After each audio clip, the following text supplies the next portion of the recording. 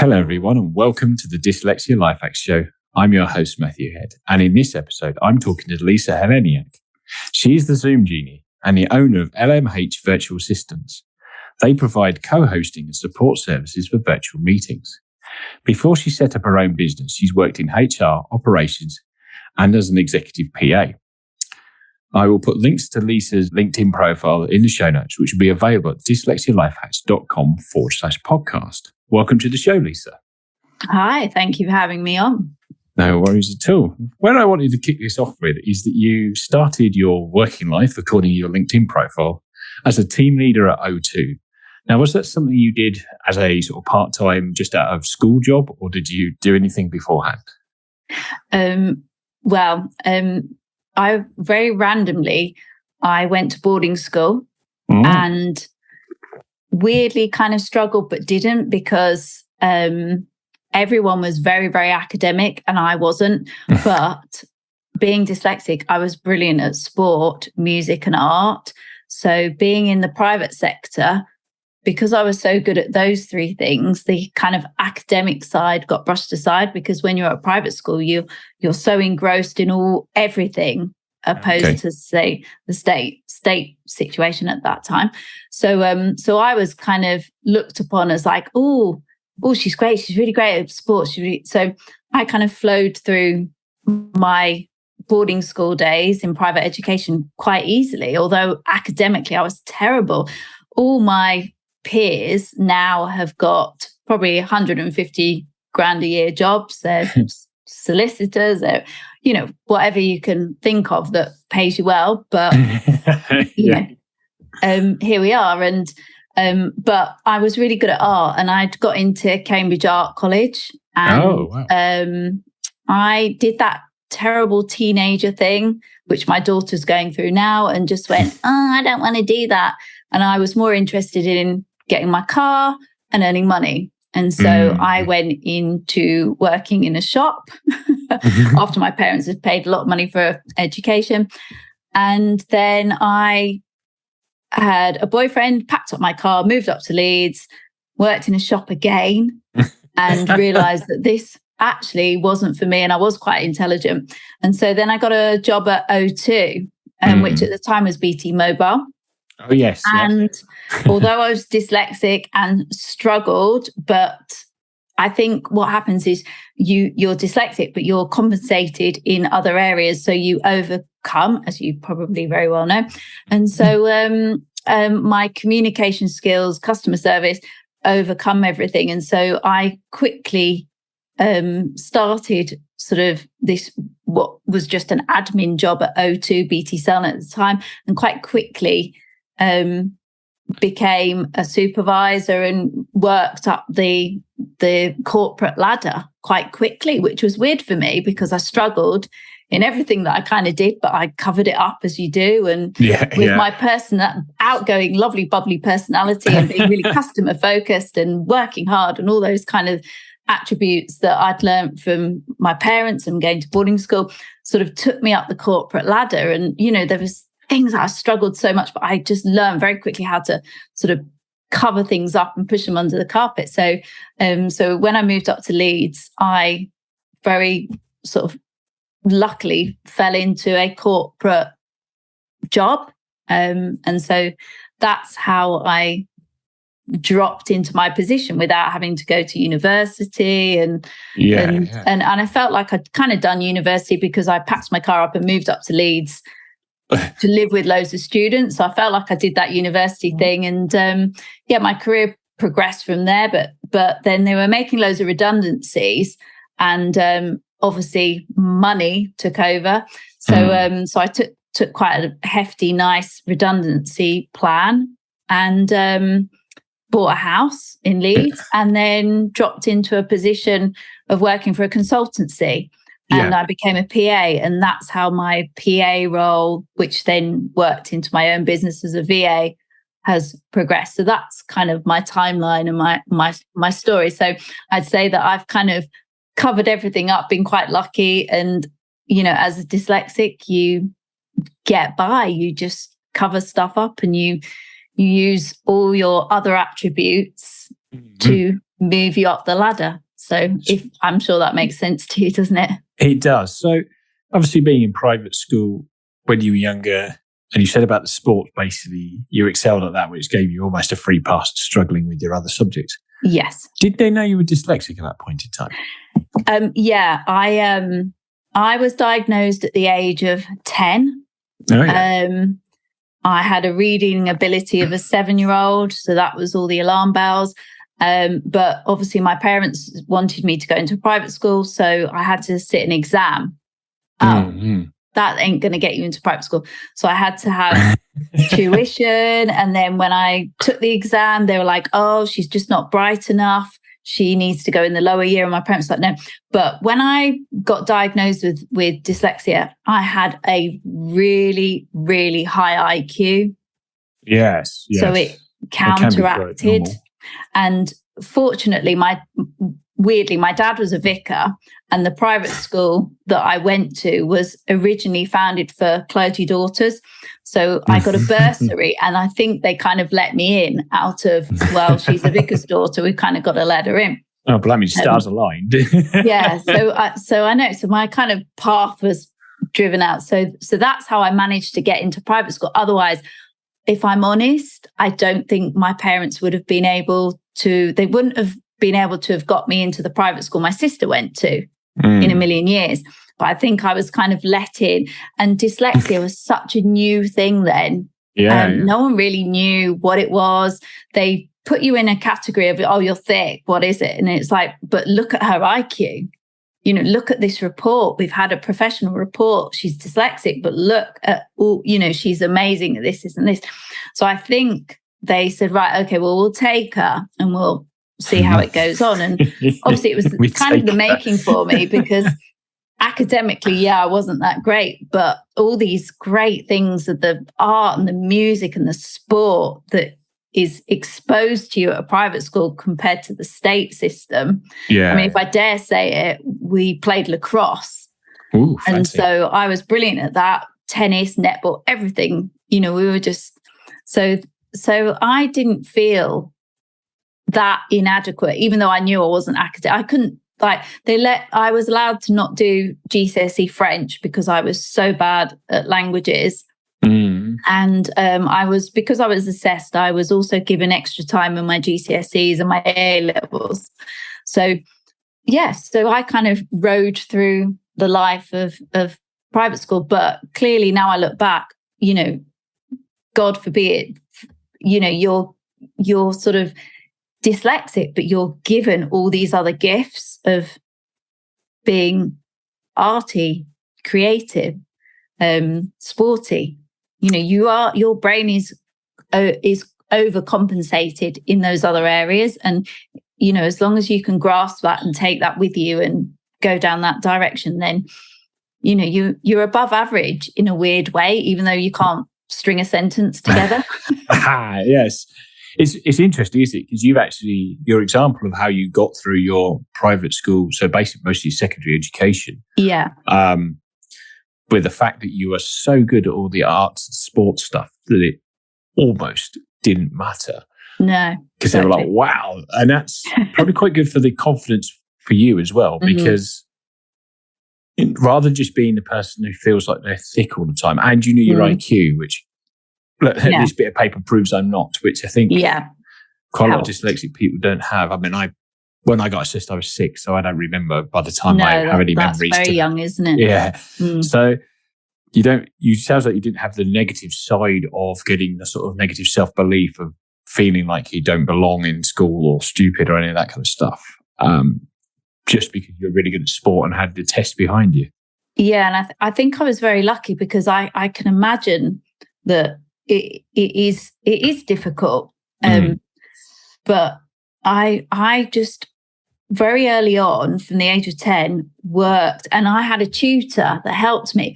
And it was all about, and she explained to me, and I read up on it, and she explained to me that dyslexia is never going to go away. So I'm going to help you not overcome it, because you can't overcome it. I'm going to help you. I'm going to teach you all the tricks in the book to get by.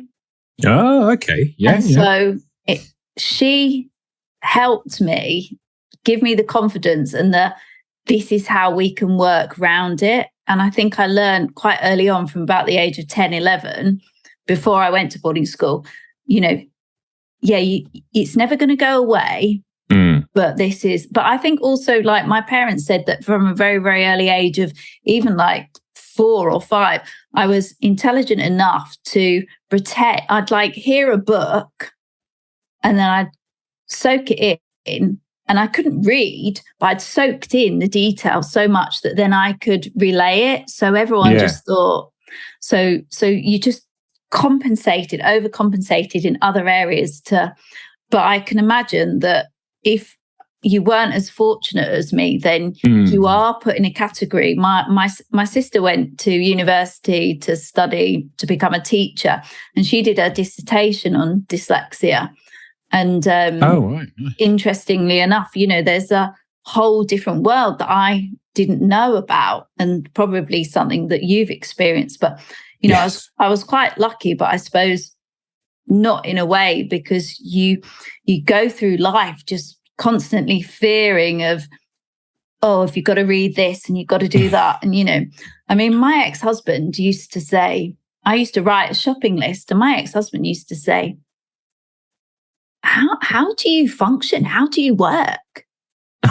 Oh, supportive. It's probably why it's an ex-husband, but that is like how horrific my spelling was, that he used to look at the shopping list on the side going, I don't know how do you function? How do you get through work?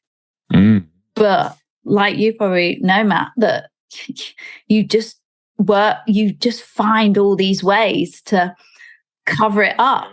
Yeah, I remember going to not Berlin.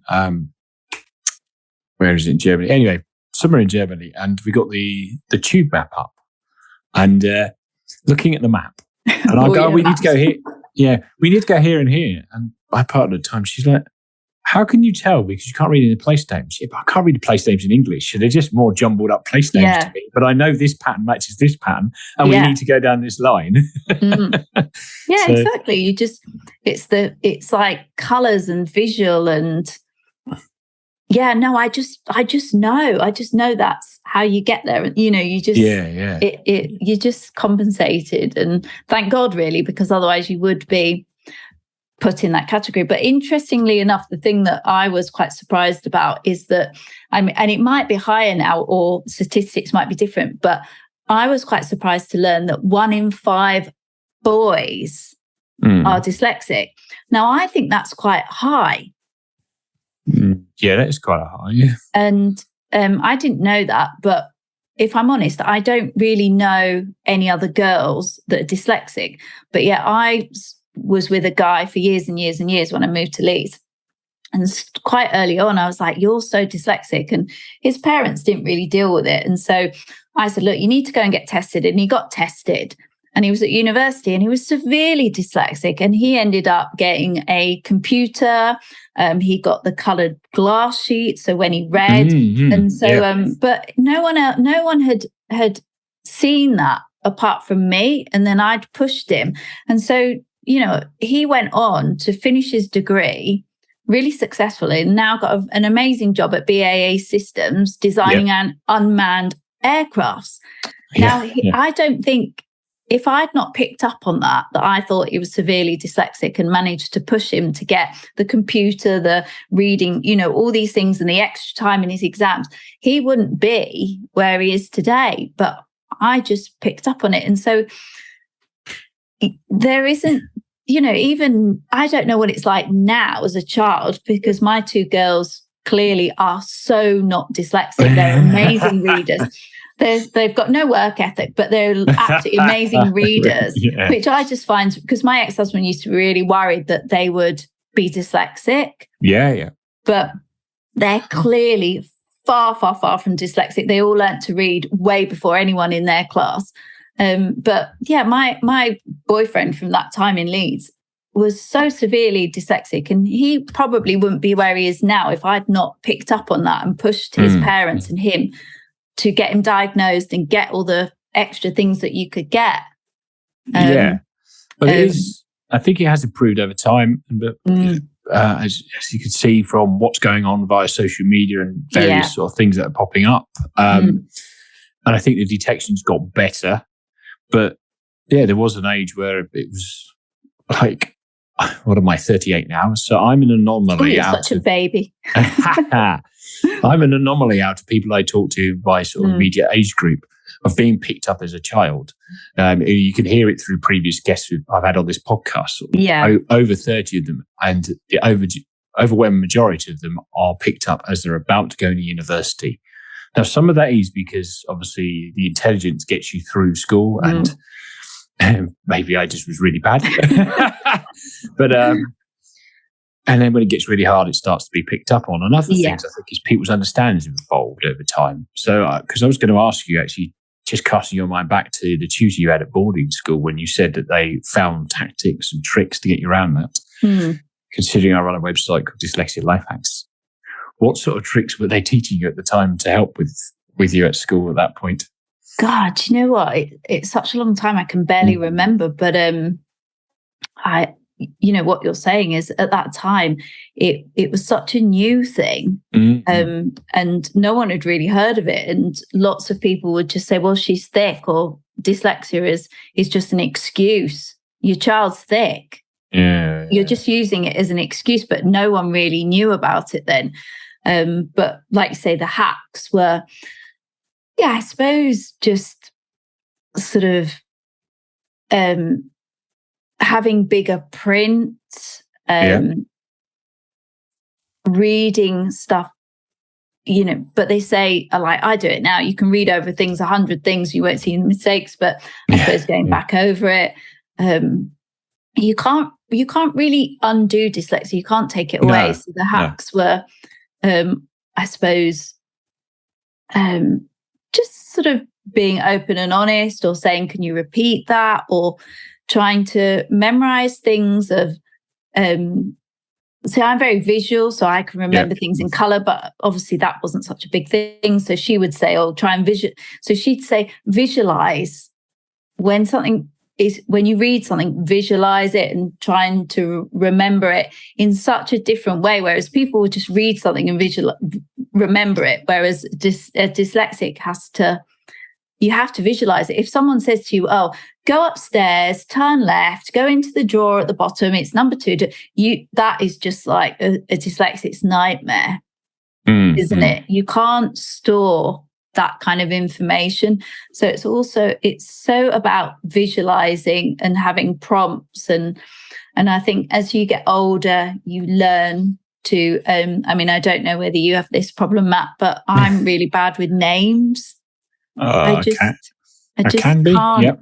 If I meet someone and they said, my name's Tracy, I'm like, 2 seconds later, I can't remember that name. And it's awful. But if I had to describe what color her eyes were, what color her hair were, what earrings she had on, what lipstick she had on, what top she had on, I could reel all that information off. But I couldn't remember or tell you what her name was. It's so weird. There's it's a memory, there's part of your brain that you just can't, it's really hard to store. So it's hard to read. But I think part of dyslexia is you can't store certain stuff that's like names and. Yeah, I must admit, like, the transition to virtual meetings, so some people just have their name written across it rather than a photo or anything. It's like, I have no image to hang who you are on. Yeah. And I'm like, that person, whoever he was. Yeah. And it is really hard. I sort of need the image, that sort of coat hanger it on, like, right, that's the person with the glasses, isn't it? As you quite rightly said. Yeah. Well, this kind of leads me nicely to your PA job.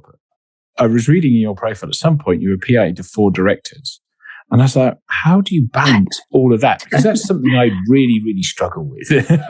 I don't know how I did it, but I pushed that back to my personality and being gifted with being quite likable and people being able to relate to me. And so these directors, so if I made a mistake, it would be like, it's all right,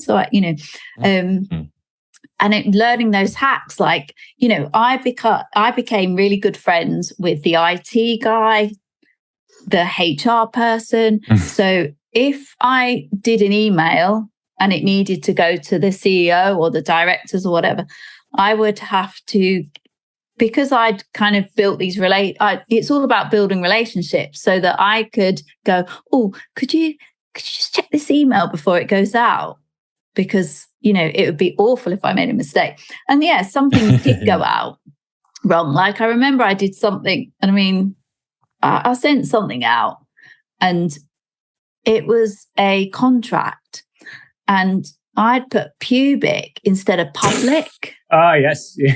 Because what's easy the mistake. Difference? Pubic, public, it looks the same to me.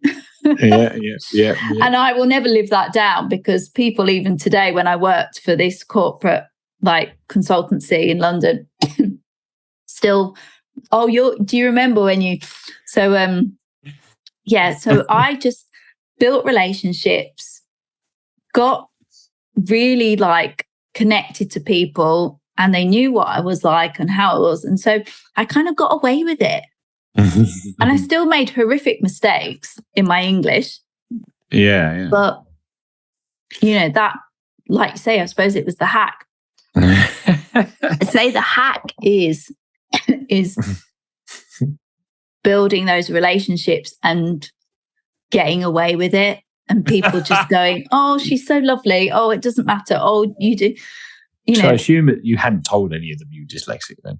Probably not at the beginning, no, because again, I was kind of came from the era where, well, if you're using that as an excuse, and still to this day, I would say that people don't really know the full extent of dyslexia and what it is, and there's so many kinds. You could list 20 to 100 different kinds of dyslexia and how people suffer differently. So I didn't, but I think in my head, I used it as an excuse.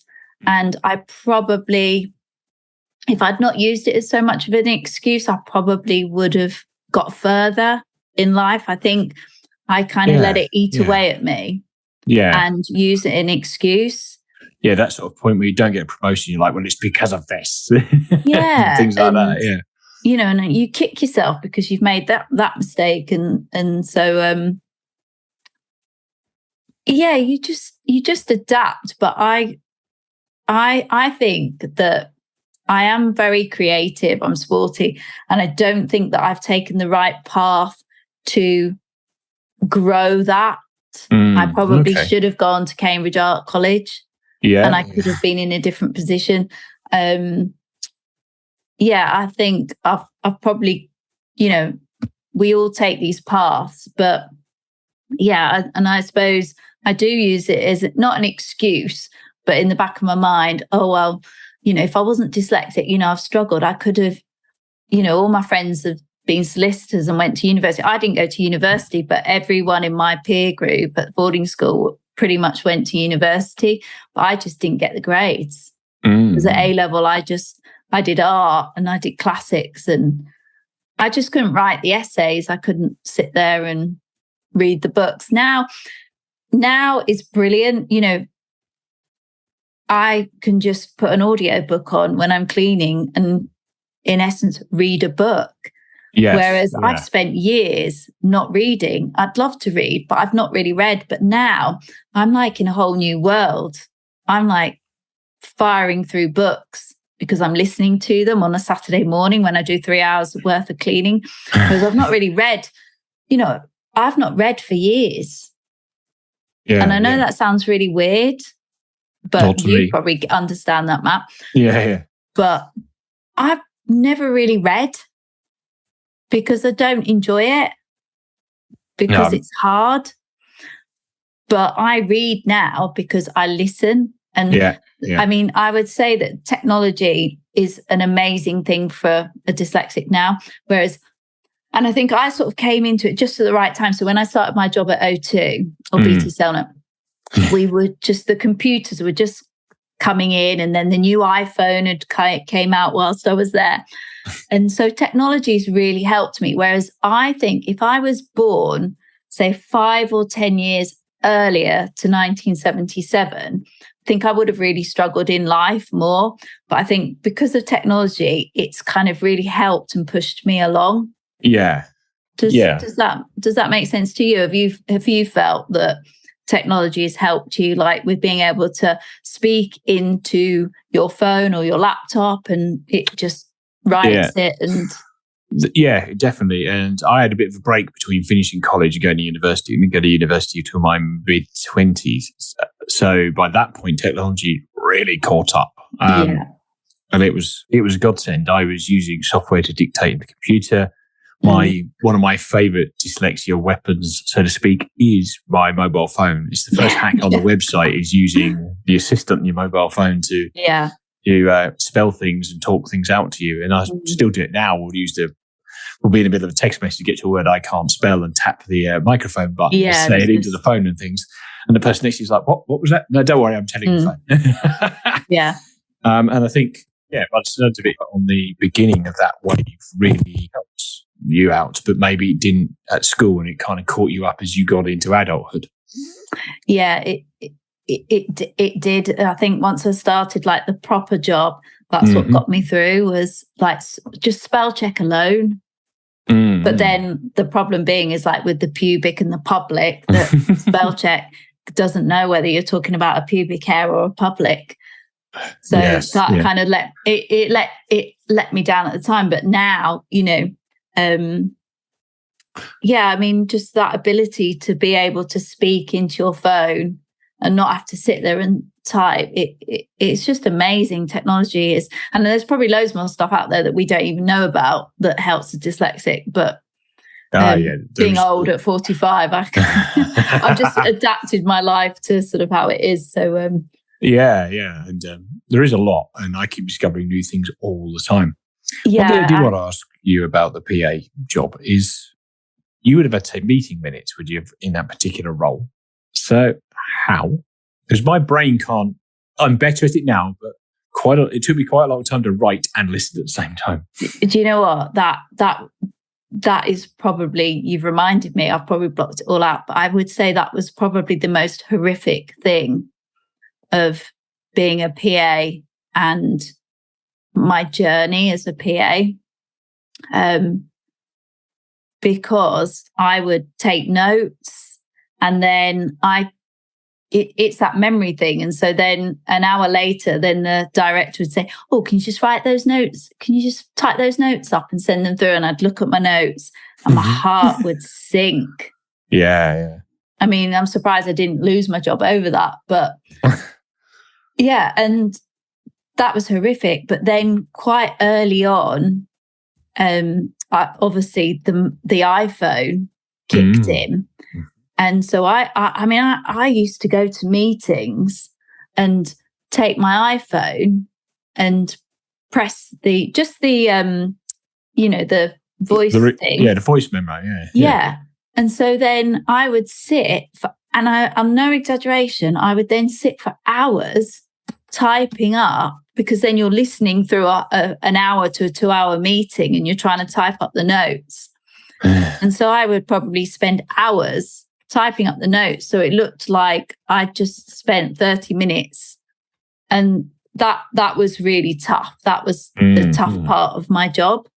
Yeah. And even if I had to go to a meeting now and do that, I'd still really struggle because, well, I suppose now you've got Otto and Word and stuff, but there's a transition, but it's only quite recent. So there were a lot of years where it was just torture of having, and so I'd have to then go to someone and say, oh, can I just, what was, it was just, and if I'm honest, I don't really know how I survived my PA days. But I think I got by through personality and everyone loved Lisa kind of thing, and or people would just not really think much of it and just say, oh, you've missed that, or but yeah, I would say those early days of being a PA were quite horrific, of any meetings and notes. Yeah. But like I say, it wasn't that long into my career when the iPhone hit And then life saved the day. Yeah, life did change, and technology changed my life, literally. But if that hadn't come in, I probably would have given up. But I suppose I just masked it, and then it's like writing key. But the trouble is, your memory's so bad in a weird way when it comes to writing. So even if you wrote anything key, an hour or two later, you'd be like, what? And if you left it to the next day to write up your notes, you were absolutely done. Oh, yes. I remember I'd sit in a meeting and I'd literally get back to my desk and type the minutes out because there's no way I could have able to wrote it later on in the day at all. Luckily for the kind of job I work in, everybody wants bullet point minutes anyway. So it wasn't the end of the world. But imagine in your line of work, it was a lot more in depth. Yeah, and I really struggle, and I do it now. Like if someone is in almost dictating to me and says, "Oh, just put da da da da da," and so you'll start typing, and you'll get halfway through that sentence that they've said. My brain cannot, which is the dyslexic brain, cannot remember what someone's said to write. Yeah. And I know people can't grasp that if they're not dyslexic, but it's just really tough. Even at 45, someone will say, oh, could you just put, and you're like, oh, could you just, what was that you just said? And you just think, even now I turn around and go, oh, God, I am dyslexic, and I've kind of like tried to move away from it, but it is frustrating and it's tough. It is tough even at 45 dealing with it, because it just hits you all the time and it's a struggle. And then even my girls who are 9 and 16 are like, what do you mean you don't know how to spell that? Oh, you're so dyslexic. And it's like, but you just...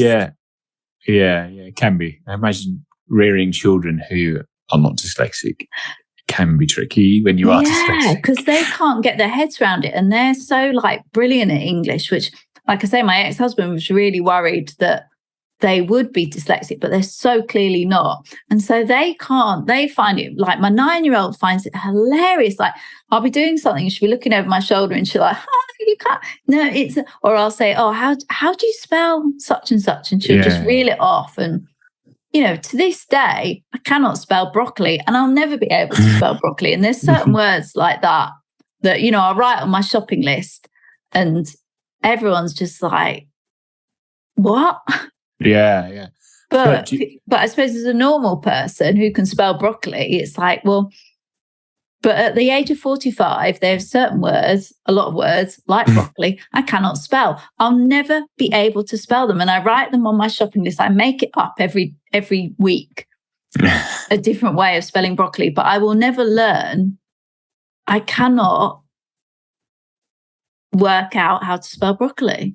But do you find that there are things you do with your children that your dyslexic brain is leaning into its strength? They're like, how the hell you're able to do that? Kind of the opposite side of that coin.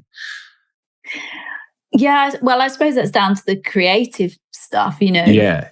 I can do all sorts of things. And I think, unfortunately, our kids are being brought up in a world where, they're not sewing, they're not gardening, they're not doing art. And, I was just brought up on all this kind of creative stuff that you did for hours on end. They sit on their phones and they watch TV.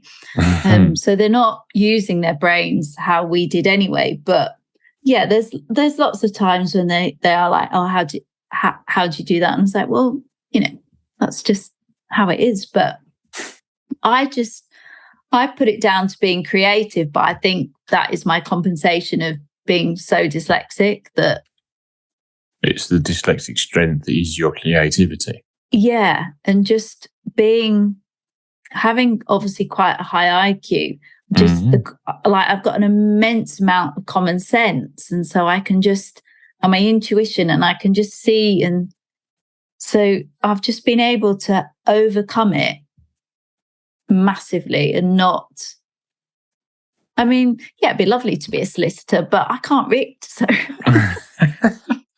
Yeah, But there are lawyers out there that are dyslexic. So. There are, and God, I take my hat off to anyone that can do that. But the thing that, I mean, I don't know what you think about this, Matt, but what I've noticed recently is that there is a real strong sort of presence of, if you've got ADHD or like you've had Andy on, where the kids are, really struggling. What's the other thing to ADHD? The neuro. Andy's child has autism. Autism, that's it. To me, at the moment, autism and ADHD are this massive thing. Mm-hmm. And to me, I don't hear or see much about dyslexia anymore, because the ADHD and the autism seems to have overshadowed. I mean, you may see a lot more of the dyslexia side of it because you're really into it. Yeah. So that's a lot of my feed is full of dyslexia. But as an outsider, I don't really see that much. There's a massive thing on the autism and the ADHD. I have seen that the autism has becoming more and more on my radar recently. So whether that is kind of me feeling the effect that you're seeing in a bigger thing, but I happen to move in the world, particularly online, particularly on LinkedIn, that's either engineers or people who are dyslexic. So but I have noticed a little bit more, I guess, noise from the autism and ADHD world coming into maybe my it's just feed. sort of getting it out there. But I think dyslexic came out and sort of reared its head, but it's really dropped off, I think, recently. But so I don't feel that connected. Like I've come across you, and there's another guy on LinkedIn, and someone else, but that's as far as it goes. It feels like it's kind of going under the carpet, which is shame, because, like I say, if there's 1 in 5 boys that are dyslexic, then it kind of needs to be more out there, I think.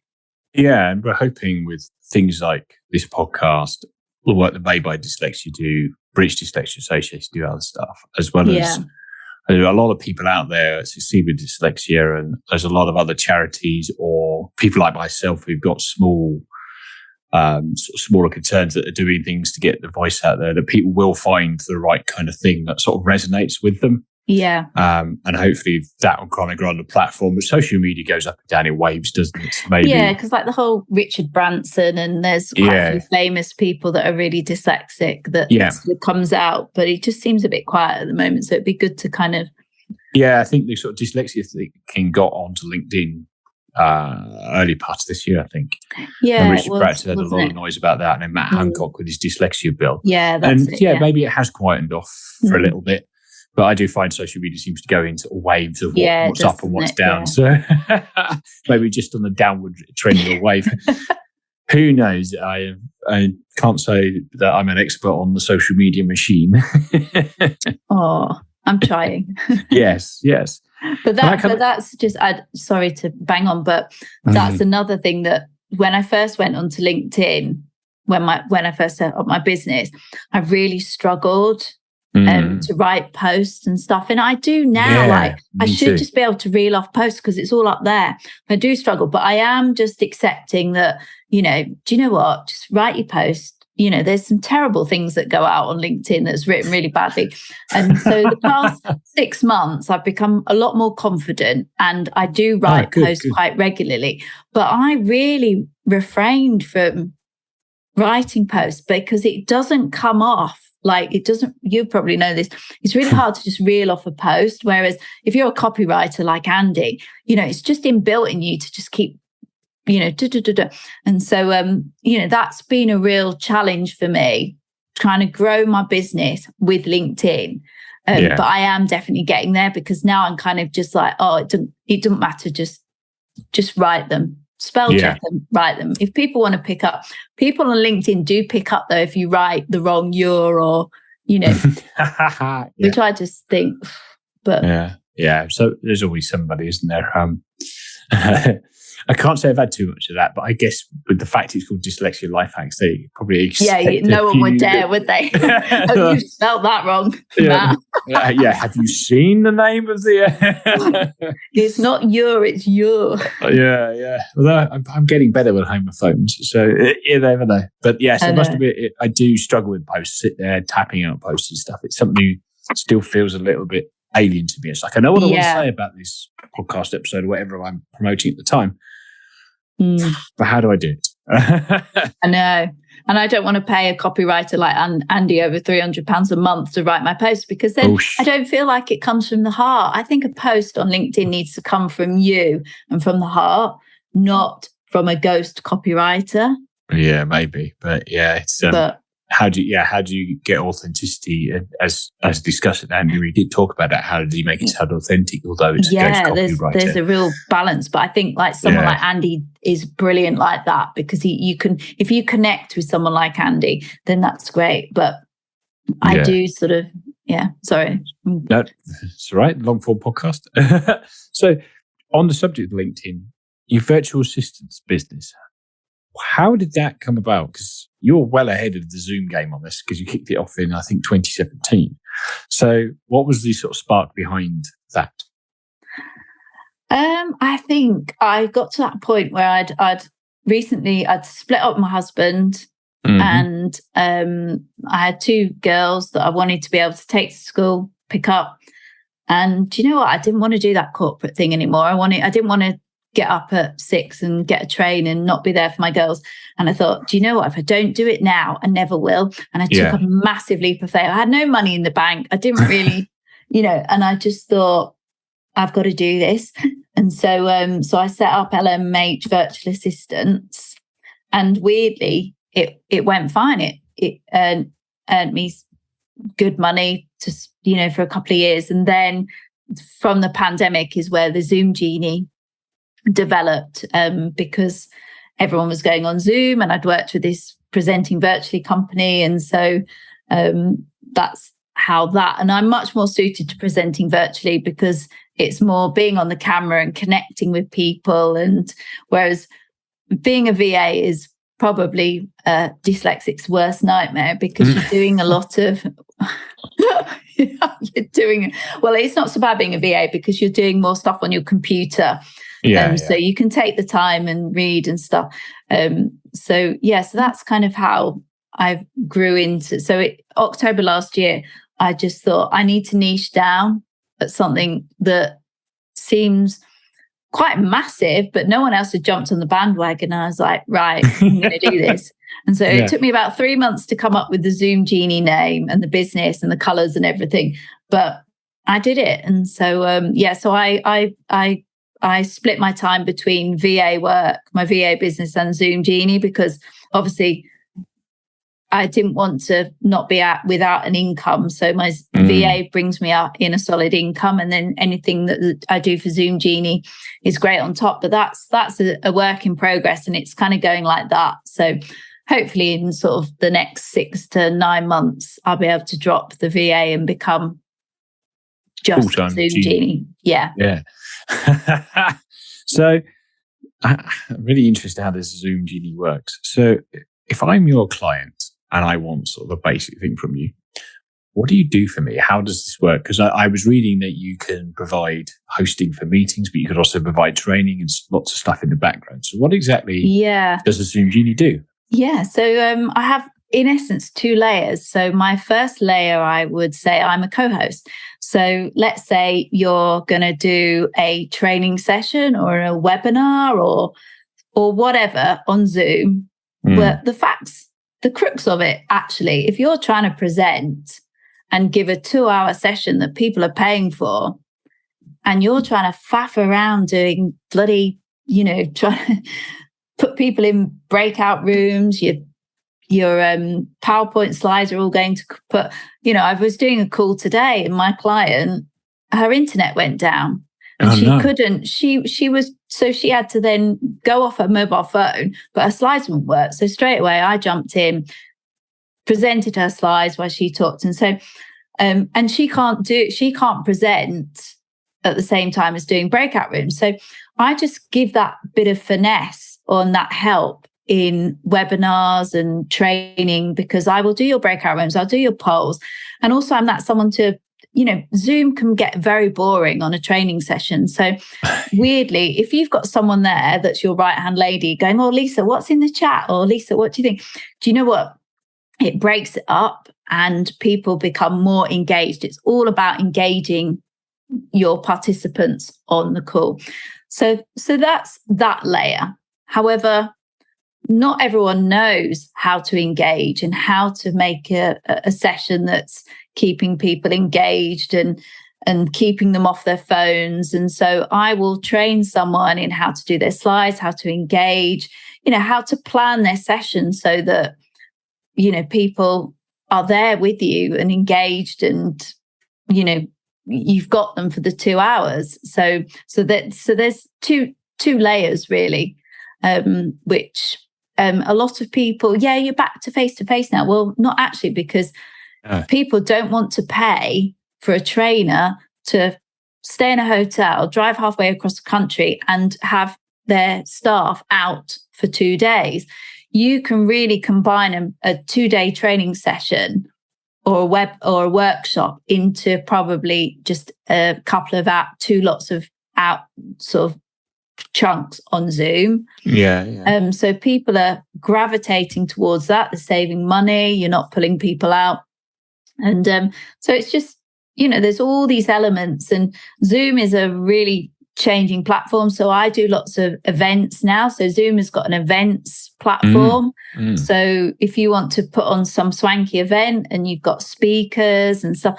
So I'm sort of going down that road with people now. So yeah, there's loads. And it's like, how do you present yourself? Turning up and having a crap camera, rubbish microphone and all we can see is your nostrils. It's not professional. And, you've got to look at the camera and, there's all these sort of tricks and tips that I can give you or train you or help you in how to present virtually. So that's the Zoom Genie. And I love that. And that's me. And it's because I can be, I'm not writing, I'm not having to read or write. And so it's so much better for me. And so I'm really hoping that in time, this Zoom Genie will take off and I can just make that my main business. Yes, because I imagine it uses all your creativity, the cultivated, friendly personality that got you through the sort of hard times of being a PA, and all the art stuff that you've linked back to from school. It's all kind of, you've managed to find a business model that I do feel like I kind of found my niche in essence. Yeah.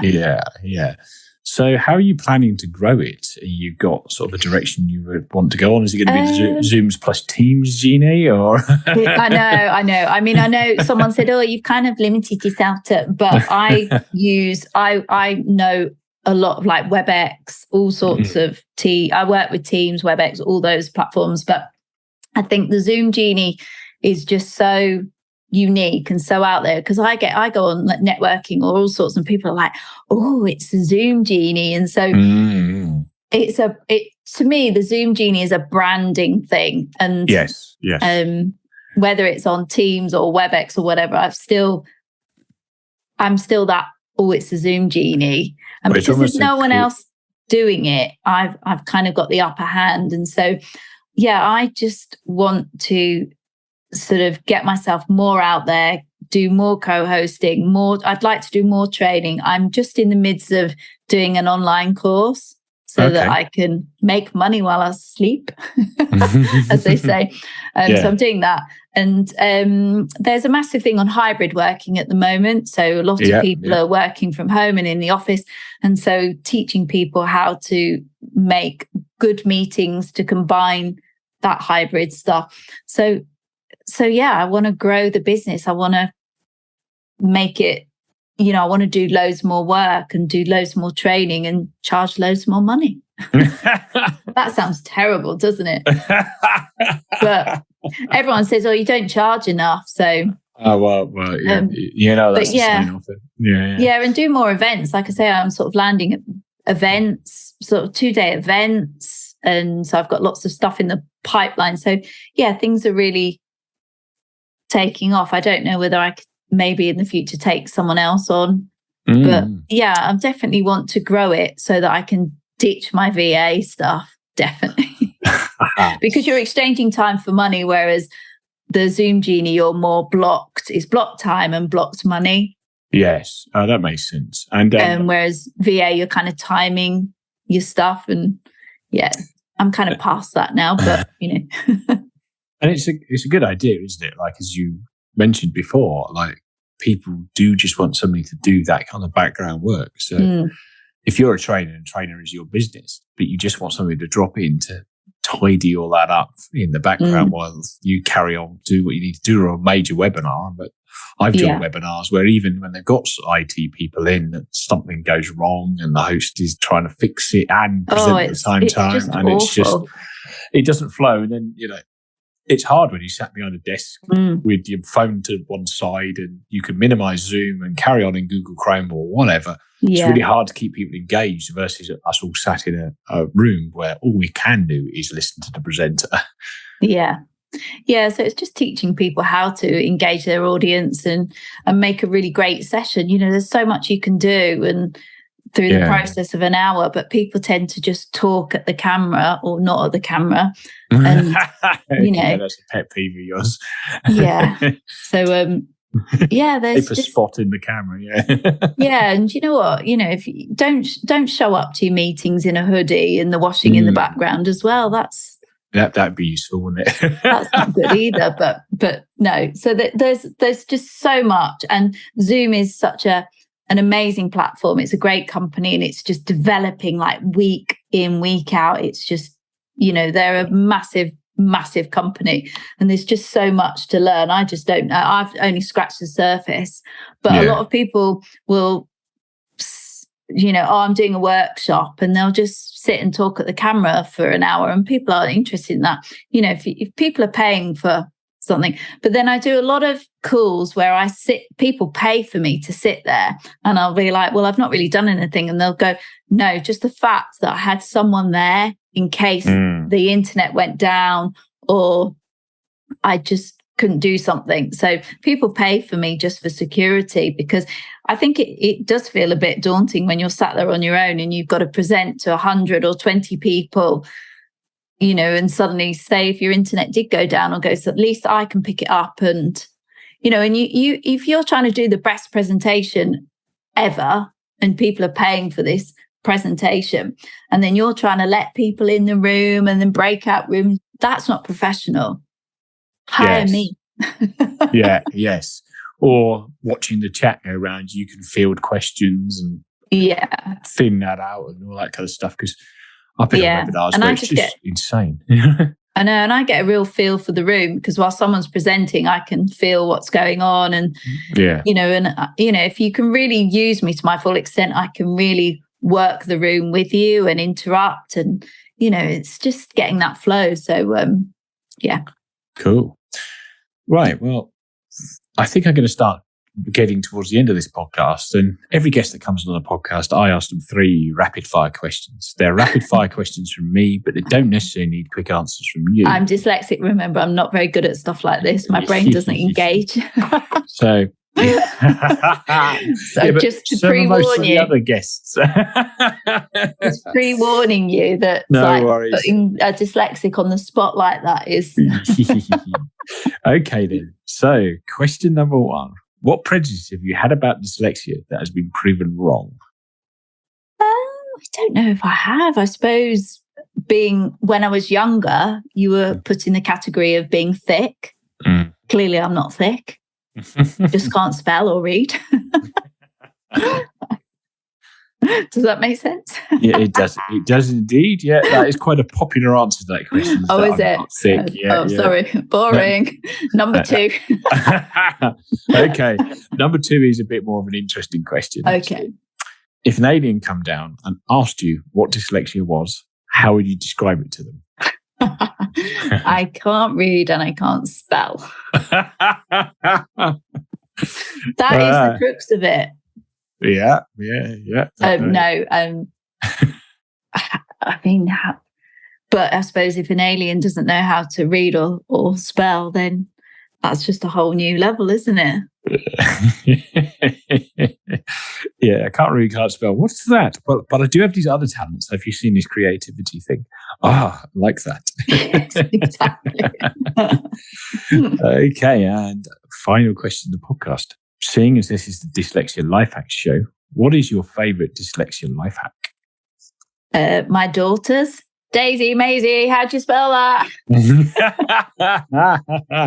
They substituted for your iPhone, right? Yeah. Otherwise, it is my iPhone and spell check and Otto.